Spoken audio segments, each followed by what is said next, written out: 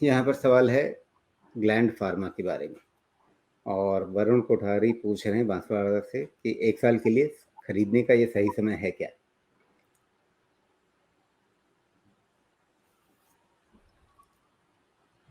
Gland pharma का result आया कि नहीं वो ज़्यादा जरूरी है, क्योंकि रिजल्ट सबको हिला के रख देता है। नहीं आया है तो दो ओपिनियन है मेरा।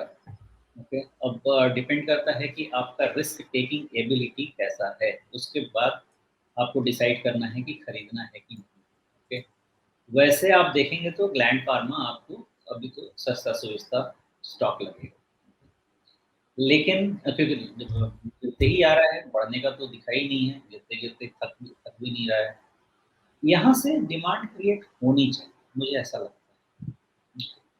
आपके चांस रहने की जहाँ तक बात है, आज का क्लोज है 1370। ओके, आपके पास दो तरीके हैं इसको एक्यूमुलेट करने के भी, क्योंकि एक तो रिजल्ट नहीं आया है ना, अगर रिजल्ट आ जाता तो शायद कुछ बेटर कह सकते थे। रिजल्ट नहीं भी आया है तो भी दो तरीके से काम करना है। एक तो बहुत ही सुंदर इसका सपोर्ट आ गया आपका 1300 का ऑन क्लोजिंग बेसिस, तो ज़्यादा दूर भी नहीं है 1370 और 1300, चाहे तो वो रिस्क ले सकते हैं।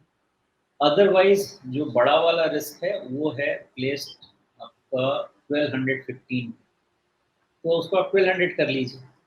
दोनों में क्या दिक्कत है? तो 1300 और 1200 समझने के लिए भी आपको आसान हो जाएगा, और 1000 के ऊपर के काउंटर में 2-4-5 रुपए का वेरिएशन तो ऐसे भी हो जाता है।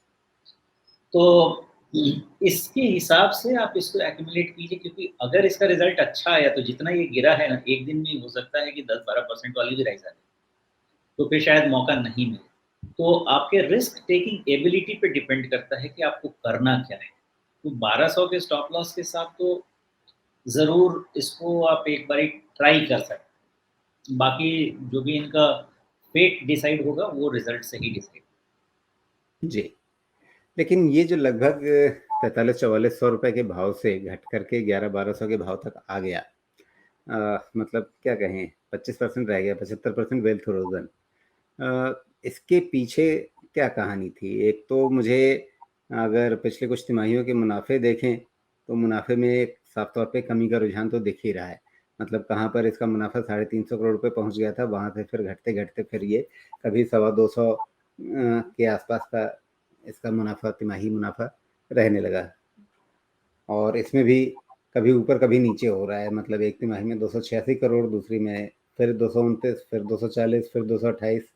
तो एक साफ तौर पे कंपनी के धंधे में शायद कोई स्थिरता या वो कहें कि आश्वस्त करने वाली चीज़ नज़र नहीं आ रही है, और ये एक कारण शायद रहा हो इस तरह से गिरावट का।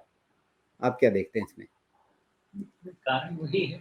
देखिए, पहली चीज़ की मैं जो एडमिट करूँ वो ये कि मुझे 3-4 कंपनी, फार्मा कंपनी के ऊपर में बहुत ज़्यादा एक्सपर्टीज़ बिल्ड नहीं हो पाती, बिकॉज़ इनके प्रोडक्ट समझना मेरे बस की बात ही नहीं है। एक तो नाम ही पता नहीं क्या-क्या रखते हैं ये लोग। तो मुझे कभी भी किसी नए फार्मा कंपनी पे ट्रिगर मिलता है तो हमारे पास अच्छी बात ये है कि इतने डाइवर्सिफाइड क्लाइंट बेस है कि उसमें से बहुत सारे बेस जो मेडिसिन समझने वाले हैं, तो मैं चुपचाप उनसे मीटिंग फिक्स करता हूँ और इनके प्रोडक्ट समझने निकल जाता हूँ। और अगर वहाँ प्रोडक्ट समझ में आ गया तो उसको मैं अपने डेटा में बेक इन कर देता हूँ। फॉर एग्जाम्पल मैं ग्लैक्सो मुझे ठीक लग रहा था, प्रोडक्ट समझ में नहीं आ रहा था कि कितना चलेगा, क्योंकि वैक्सीनेशन वाले प्रोडक्ट्स से मुझे लगा ये तो एवरग्रीन है, हमेशा चलने चाहिए। लेकिन जब बातचीत करके उनसे समझने की कोशिश की तो समझ में आया कि हमारे यहाँ जेनरिक वैक्सीनेशन इतने हैं कि ग्लैक्सो पे हमको जाने की जरूरत ही नहीं पड़ती। तो डिस्पाइट द फैक्ट कि उनके पास बहुत ही उम्दा वैक्सीन है, हमारे पॉपुलेशन के लिए वो वैक्सीन उतने मास कंजम्पशन में नहीं जाएंगे। तो फिर वहाँ पे एक क्लैरिटी आ जाती है कि भाई प्रोडक्ट है आपके पास, लेकिन फिर भी क्यों नहीं कंज्यूम होगा। तो जिसकी ये सब ऐसा प्रोडक्ट है, एक निश सेक्टर है, तो जो समझता है उसके पास जाके प्रोडक्ट समझते हैं और उसको फिर अपने डेटा में बेक इन कर लेते हैं। इसलिए इसमें थोड़ा उस पर डिपेंड रहना पड़ता है मुझे। यहाँ पे जी। मैं ये कहूँगा एपीआई वाली कंपनी है, थोड़ा इसका लंपी सेल्स रहता है, लंपी रिजल्ट्स इसका रहता है, और इस कारण से जैसा आप कह रहे हैं जो हाई वैल्यूएशन था उसका नॉर्मलाइजेशन होना बहुत जरूरी है। लेकिन मुझे लग रहा है शायद वैल्यूएशन अब नॉर्मलाइज होगी। तो यहाँ से रिलेटिव टर्म्स में आप देखेंगे तो मुझे लगता है कि वैल्यूएशन में बहुत ज़्यादा दिक्कत तो नहीं रहनी चाहिए, और इसलिए मैं कह रहा हूँ कि यहाँ से एक चांस लिया जा सकता है, बिकॉज वैल्यूएशन नॉर्मलाइजेशन हो गया है और एक बार रिजल्ट पे अच्छा फोकस समझ में आ जाए तो फिर उस पे काम कर सकते हैं। लेकिन अगर प्रीएम्प्ट करना है तो भी एक सर्टेन अमाउंट ऑफ रिस्क लेके ही करना है। लेकिन ये ऐसा स्टॉक, ऐसा कंपनी नहीं है जिसको लेके आप एकदम आश्वस्त हो सकते हैं, बिकॉज़ प्राइस डायरेक्शन ऐसा है इसका कि वो कंफर्ट नहीं देगा कि अगर फ्रेश लो बना तो कहाँ रुकेगा। ये प्रॉब्लम हो जाएगी क्योंकि हमारे पास बेस नहीं है। इसलिए जो भी लेना है 1200 के सपोर्ट से ही लेना, चाहे वो इन्वेस्टमेंट हो या ट्रेड। जी। चलिए, तो कुल मिलाकर के ये कहानी अभी ग्लैंड फार्मा की दिख रही है, लेकिन चार्ट को देख करके जो मेरे मन में सबसे पहले बात आई थी, सोमेश बताइए क्या आई होगी? मुझे इसमें दिखा था वो जो पार्क में बच्चों के लिए झूला लगा रहता है ना, मुझे वो दिखा था कि सीढ़ी से चढ़े और आराम से झूले पर सरसरा करके उतर गए। लेकिन अब तो लगता है कि ज़मीन पर आ गए हैं। मुझे बिल्कुल अलग चीज़ दिख रही है इसमें। आप अगर पिलग्रिमेज पे जाते होंगे तो सारे मंदिर उतने टॉप पे ही बने होते हैं, इतनी सीढ़ियाँ चढ़वाते हैं तब जाके ऊपर में भगवान मिलते हैं, वैसा वाला है। तो हो सकता है कि यहाँ से चढ़ाए सीढ़ी। जी। लेकिन अब यहाँ से पहली चीज़ कि जो नतीजे आने वाले हैं, उसमें कोई एक ख़ास फैक्टर ध्यान रखें या नतीजों के बाद बाज़ार का रिएक्शन ही देखें और उसके हिसाब से क्या यहाँ पर रिट्रेसमेंट कुछ काम करेगा? अगर जो ऊपर 3.5 4300 के आसपास से गिरा ये 1150 के आसपास तक, पहला ही रिट्रेसमेंट जो आ रहा है वो 1900 पर आ रहा है इस पूरी चाल का।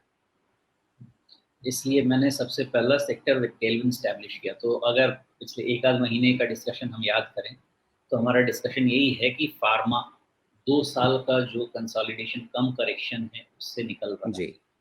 और उससे निकल रहा है तो ओवरऑल बॉटम से लेके अपसाइड तक 30 टू 50% का राइज पॉसिबल है। और चूंकि सेक्टर में इतना बड़ा टेलविंड पॉसिबल है और इस सेक्टर को ये बिलोंग करता है स्टॉक, और यहाँ से वैसे डिमांड दिख रही, तो अगर इसको रिजल्ट का सपोर्ट मिल गया तो ये इसका दो जो डबल इंजन वाली सरकार है, जो सेक्टर टेलविंड टेलविंड है और स्टॉक का अपना परफॉर्मेंस, वो दोनों मिला के इसको ऊपर ले जाएंगे। इसलिए मैंने ये यहाँ पे व्यू लिया, अदरवाइज बिना रिजल्ट के व्यू लेना